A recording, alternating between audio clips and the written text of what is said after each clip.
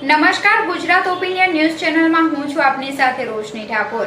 સમાચારોની વાત કરીએ તો ચીખલી તાલુકાના સિયાદામાં યોજાયેલા ખેડૂત સંમેલનમાં 25,000 સભાસદ ધરાવતી અને ખેડૂતોની જીવાદોરી સમાન ગણાતી કાવેરી શુગરને ધમધમતી રાખવા માટે મક્કમ નિર્ધાર કરાયો હતો।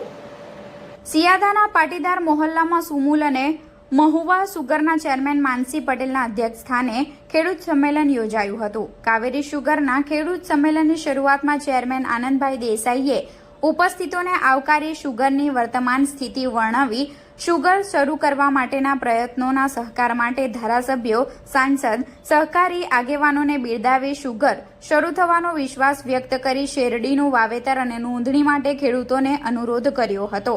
અધ્યક્ષ સ્થાનેથી માનસિંહ પટેલે વિશાળ સંખ્યામાં ઉપસ્થિત ખેડૂતોને સંબોધતા જણાવ્યું હતું કે સહકારી માળખું ડામડોળ ન થાય અને ટકી રહે તે માટે કાવેરી શુગરને શરૂ કરવાની જવાબદારી લીધી છે।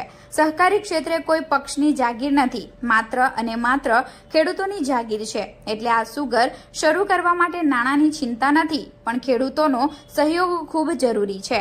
કાવેરી શુગર દ્વારા ગામે ગામ ખેડૂતો સાથે બેઠક યોજી ખેડૂતોનો વિશ્વાસ સંપાદન કરી ખેડૂતો દ્વારા વધારેમાં વધારે ઉભેલી શેરડીની નોંધણી અને વાવેતર કાવેરી શુગરમાં અત્યારથી જ કરવા પર ભાર મૂકી શેરડીની કાપણી, પેમેન્ટ સહિતની જવાબદારીની પણ તેમણે ખાતરી આપી હતી। આજે આ સંમેલનમાં ખેડૂતો મોટી સંખ્યામાં ઉપસ્થિત રહ્યા છે અને કાવેરી શુગર માટે રાજકીય અને સહકારી આગેવાનો એક મંચ પર ભેગા થયા છે। ત્યારે શુગર શરૂ થવા માટે કોઈ તકલીફ નથી, પરંતુ આ માટે શેરડીની નોંધણી, વાવેતર અનિવાર્ય હોવાનું તેમણે ઉમેર્યું હતું। ચીખલી તાલુકાના સિયાદા મુકામે આજરોજ ખેડૂત મહાસંમેલનમાં સાંસદ શ્રી ભાઈ નરેશભાઈ બધા ઉપસ્થિત રહ્યા અને વિશાળ સંખ્યામાં ખેડૂતો પણ હતા। આજની મિટિંગનો મુદ્દો હતો કાવેરી શુગરનો, કે વર્ષોથી સ્થગિત થયેલી કાવેરીનો વિકાસ એ થવાનો છે કે કેમ।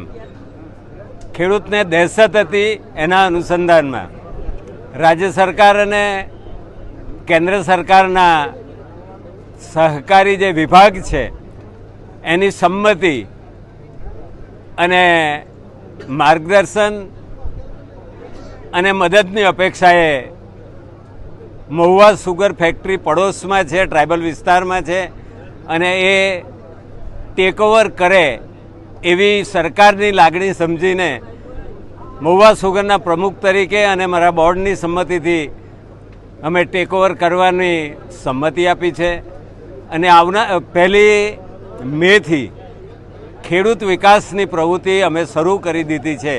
એના અનુસંધાનમાં આજની આ ખેડૂત સંમેલન હતું અને વિશાળ સંખ્યામાં ખેડૂતની મૂક સંમતિ સાથે અમે કાવેરી શુગર વહેલામાં વહેલી ચાલુ થાય એવા પ્રયત્નોમાં આગળ વધી રહ્યા છીએ।